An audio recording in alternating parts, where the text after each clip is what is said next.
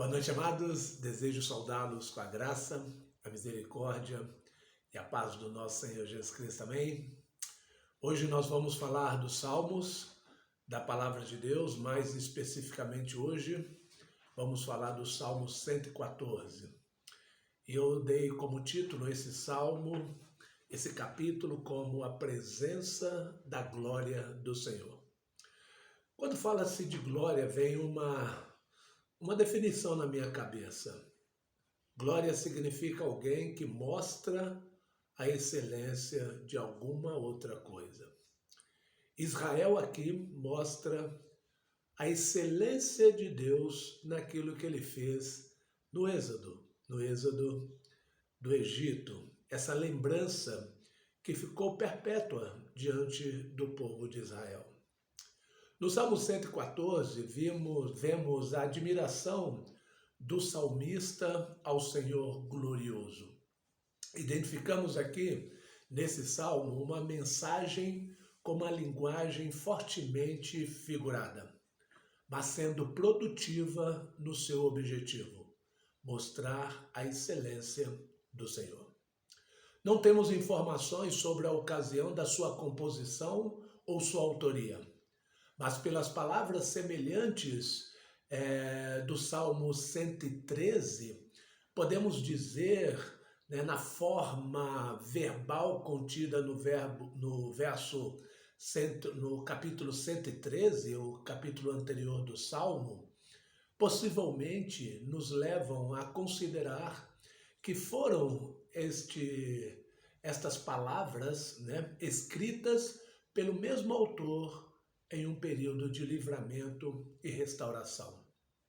A ênfase na restauração misericordiosa dos desvalidos que nós vimos anteriormente no Salmo 113, dos desamparados, dos abandonados, e a lembrança da libertação da escravidão egípcia, aqui no Salmo 114, fazem notar que o escritor quer louvar a Deus por uma atuação poderosa e benéfica para com Israel. Devemos lembrar que, assim como o Salmo 113, este salmo foi composto para uma ocasião festiva, como a Páscoa, na qual a lembrança da libertação do Egito era predominante. De qualquer modo, o salmista tem a intenção de glorificar a Deus pelo que Deus fez no passado e pelo que fazia nos seus dias. Para isso, ele usa os versos do Salmo para apresentar o Deus digno de louvor pelo modo como tratou a Israel. Em primeiro lugar, nesse salmo, nós podemos ver que o salmista apresenta um Deus que se faz imanente. Percebem aí as mesmas expressões verbais do Salmo 113? Na semana passada, o pastor Christian também falou da imanência do Deus soberano. E por imanência, nós podemos dizer que é a qualidade de Deus que o faz presente junto à criação, a qual permite que ele se relacione com as suas criaturas, em especial o homem. Isso é visto na intervenção histórica promovida por Deus em um momento crucial e de uma maneira marcante, como nos diz aí o verso 1 e 2.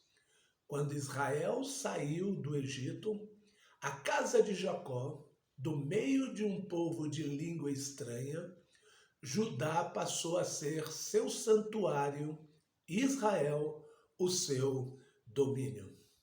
O salmista faz questão de expor a condição desfavorável dos israelitas no Egito, quando ele diz, no meio de um povo de língua estranha. Isso aponta para o fato de Israel estar o povo de Israel está fora da sua terra e vivendo no meio de um povo diferente do seu, com costumes desiguais, com deuses estranhos. Não resta dúvida de que o povo estava em uma situação ruim, que eles não desejavam, mas que não tinham condições de evitar. Mesmo diante de todas essas circunstâncias contrárias, Deus buscou Israel do Egito, fazendo valer sua vontade e seu poder. O resultado é que aquele povo que não tinha uma terra passou a ter. Aqueles que viviam entre deuses estranhos passaram a servir o Deus verdadeiro.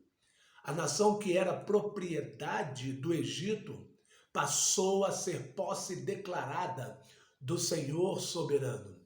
Por isso o Salmo afirma que Israel passou a ser santuário e domínio de Deus. Como santuário, recebeu a presença de Deus como se fosse uma habitação, algo que era visualizado no meio do povo pela presença do tabernáculo. Como domínio, a palavra também pode ser traduzida como seus súditos. O Senhor fazia valer o que prometeu ao povo da aliança.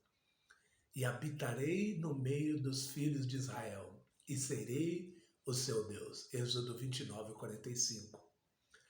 Judá e Israel, como diz aí o texto, é uma forma de representar o povo como um todo.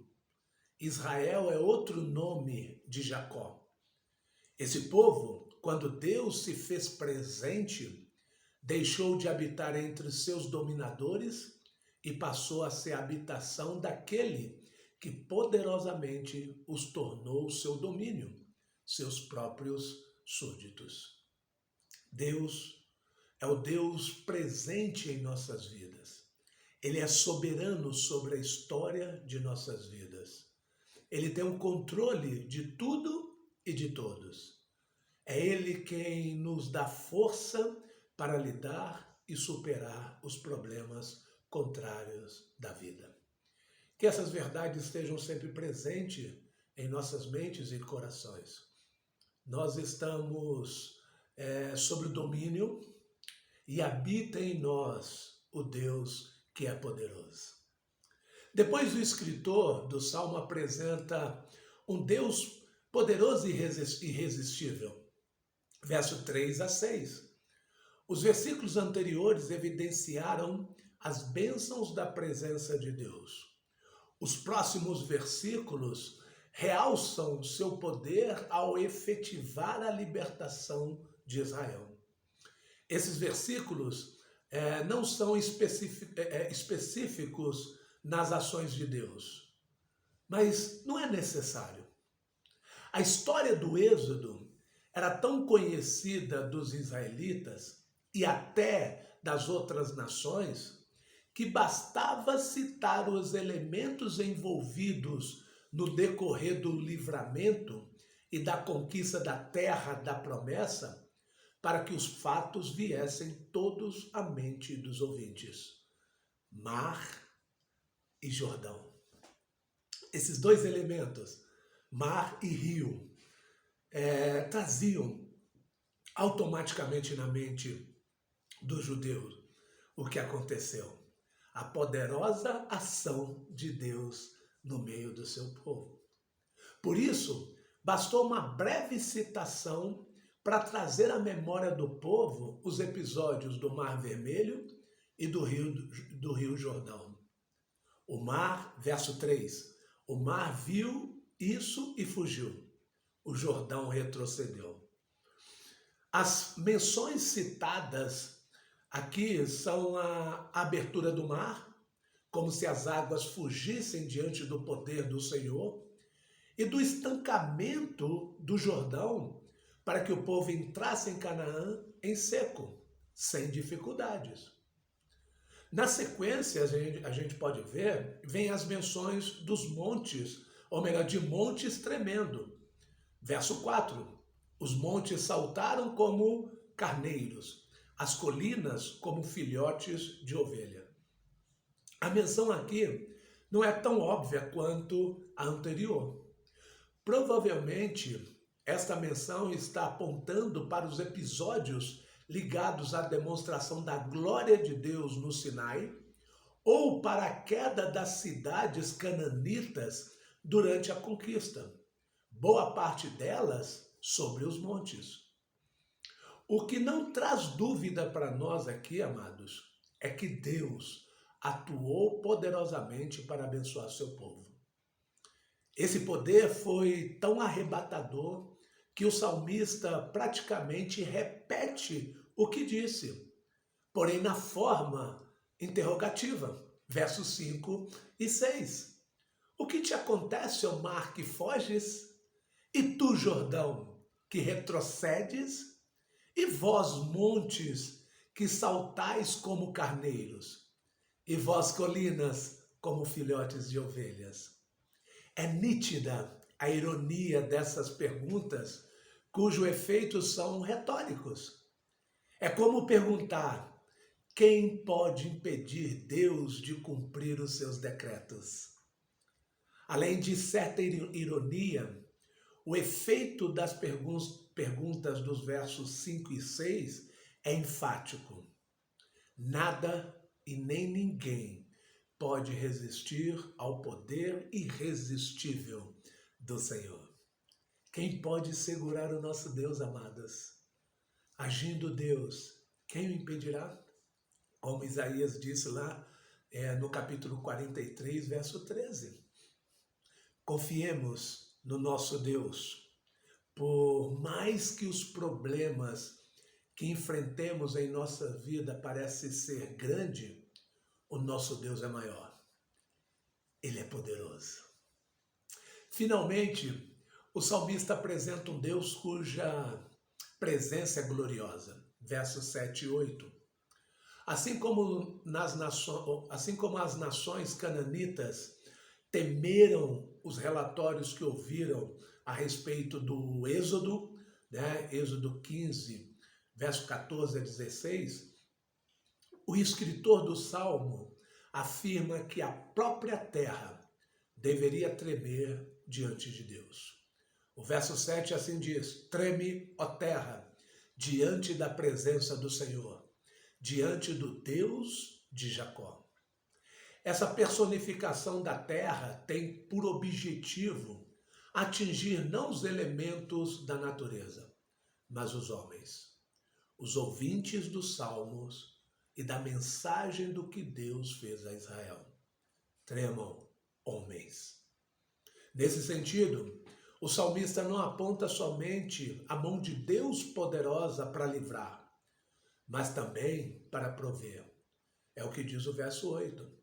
Aquele que transformou a rocha em uma fonte de água, a pedra em manancial de água. Mais uma vez, a natureza tem a sua força abatida por Deus. E a rocha dura é fendida para brotar dela água. Como se a dureza da rocha se derretesse e fluísse diante da glória de Deus, diante da glória do Altíssimo, a água que saciou os israelitas no deserto. Não é possível estar diante de Deus e não tremer ante a sua gloriosa presença. É isso que o salmista está querendo nos dizer. O objetivo desse salmo é nos levar a compreender a glória de Deus, dar a Deus o devido louvor e adoração que nos cabe, e a reverenciá-lo por aquilo que o Senhor é, aquilo que Ele fez, aquilo que Ele faz e aquilo que ainda Ele há de fazer. Louvado seja Deus. Que ninguém seja mais admirado por nós que o Deus Todo-Poderoso, nem mais conhecido, amado, servido, anunciado e honrado. Louvemos a Deus em toda e qualquer circunstância, mesmo que o dia não seja favorável. Louvemos ao Senhor. Aleluia.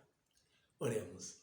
Maravilhoso Deus, obrigado por essas palavras tão encorajadoras nesse dia que se inicia, nessa manhã, que já estamos ou começaremos a batalhar naquilo que o Senhor está nos propondo neste dia.